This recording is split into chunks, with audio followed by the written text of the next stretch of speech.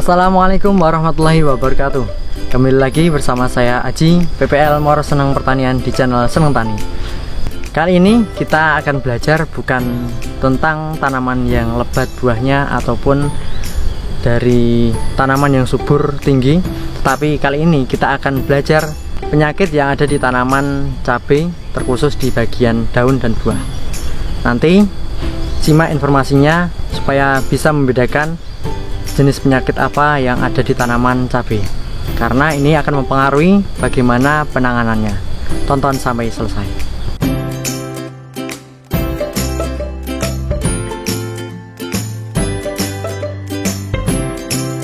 Yang akan kita sampaikan nanti, yang pertama adalah lalat buah, yang kedua trip, yang ketiga tungau, dan yang keempat patek.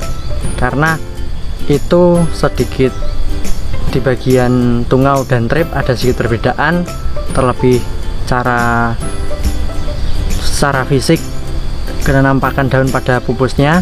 Kemudian lalat buah dan patek itu kadang sering disangkut pautkan. Jadi ini membahas tentang beberapa perbedaan yang nanti akan mempengaruhi dalam penanganan. Yang pertama, lalat buah. Nah, ini yang pertama, lalat buah. Lalat buah cirinya itu di sebelah salah satu dinding buah itu ada seperti tertusuk jarum seperti ini. Nah, kemudian itu bukan makan, lalat buahnya bukan makan, tetapi dia menitipkan telur di dalam cabai, di dalam buah cabai.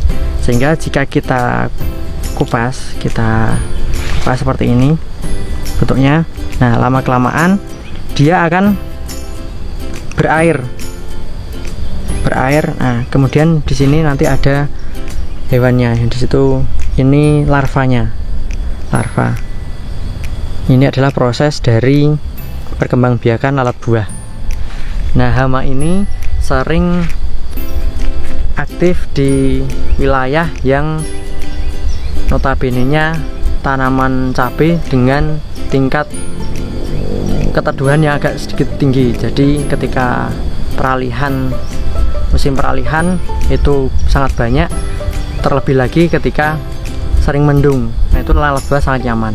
Dia bersembunyi di antara pohon-pohon yang tinggi, kemudian pagi dan sore hari mulai melakukan aksinya untuk menalur telurnya di tanaman. Nah, untuk penanganannya itu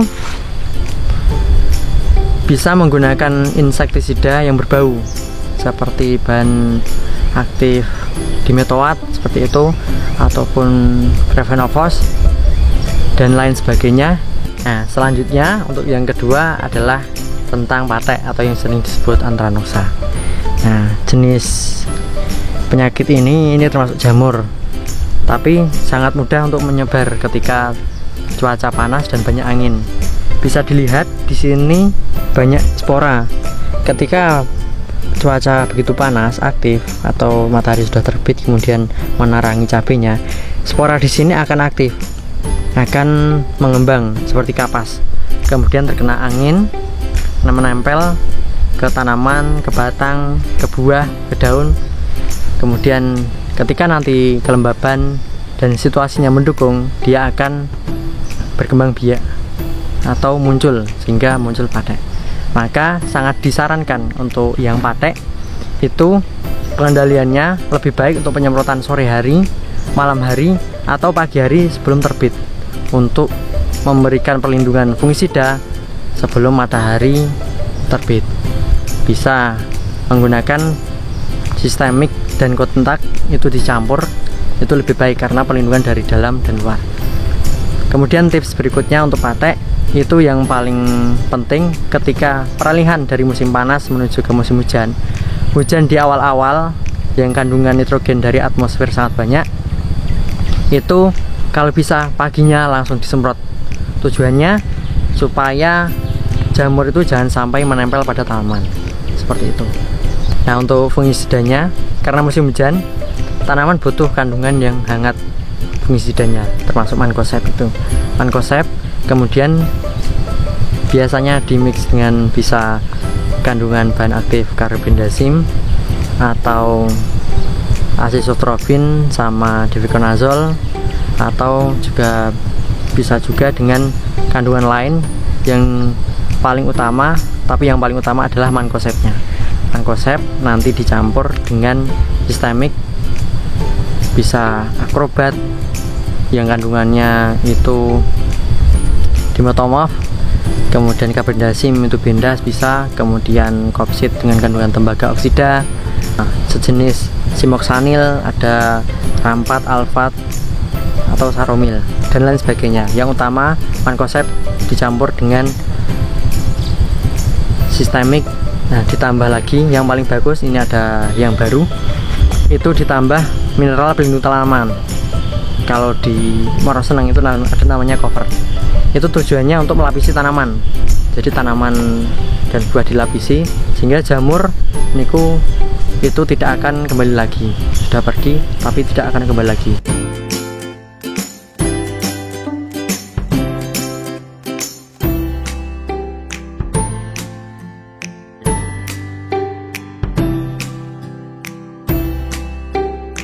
Nah, sedangkan untuk trip itu hama yang berkurang 0, berapa mili, tapi itu masih terlihat. Untuk yang muda itu berwarna coklat. Nah, seperti itu ada itu. Nah, seperti ini coklat. Itu hamanya. Nah, ini hamanya seperti ini. Dia berwarna coklat. Nanti kemudian yang umur tua dia berwarna hitam. Nah, untuk ciri-ciri yang nampak di tanaman, daunnya dia melengkungnya ke atas bukan ke bawah. Kalau yang ke bawah itu tungau, yang ke atas melengkungnya itu trip. Nah, kemudian nanti untuk bagian pupus dia akan cenderung tidak merata, tidak rata. Jadi yang paling dominan atau yang paling utama untuk ciri-ciri membedakan tungau dan trip adalah melengkungnya itu daunnya ke bawah atau ke atas. Kalau ke bawah itu tungau, kalau ke atas itu adalah miliknya trip. Nah, untuk trip itu penanganannya menggunakan yang paling banyak digunakan oleh petani adalah kandungan bahan aktif abamectin. Untuk produknya sangat banyak, bisa Dimolis, Supemax, Abasel, Double Mectin, Dinomax, kemudian Vlog. Nah, ciri-ciri yang selanjutnya untuk tungau itu adalah bagian bawah itu cenderung warnanya coklat. Yang pertama tadi daun melengkung, kemudian yang paling parah nanti bisa pecah sampai pecah, kemudian warnanya akan coklat bagian bawahnya. Nah, nanti yang paling parah adalah rontok dan dia hanya meninggalkan cabangnya, jadi tidak ada daunnya. Itu adalah ciri dari tungau. Nah, perbedaan dengan yang trip, kalau trip itu hama tapi masih bisa terlihat karena masih ukuran 0, berapa mili. Nah, ini adalah yang tadi kami ceritakan bahwa untuk tungau serangannya yang paling parah itu sampai daunnya habis atau tinggal rantingnya. Jadi untuk ketika udah ada gejala daun menggulung ke bawah warna coklat dan juga udah mulai kaku, nah itu langsung disemprot akarisida supaya nanti tidak parah. Dan kalau sampai parah kan harus menunggu untuk tumbuh tunas kembali, jadi menyita waktu.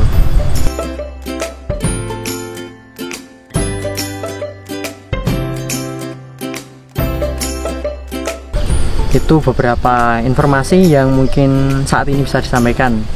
Untuk informasi selanjutnya apabila ada dalam perkembangan perjalanan waktunya, besok kita akan sambung lagi di lain kesempatan. Terima kasih atas waktunya yang diberikan.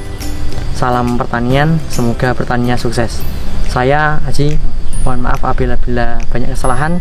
Wassalamualaikum warahmatullahi wabarakatuh.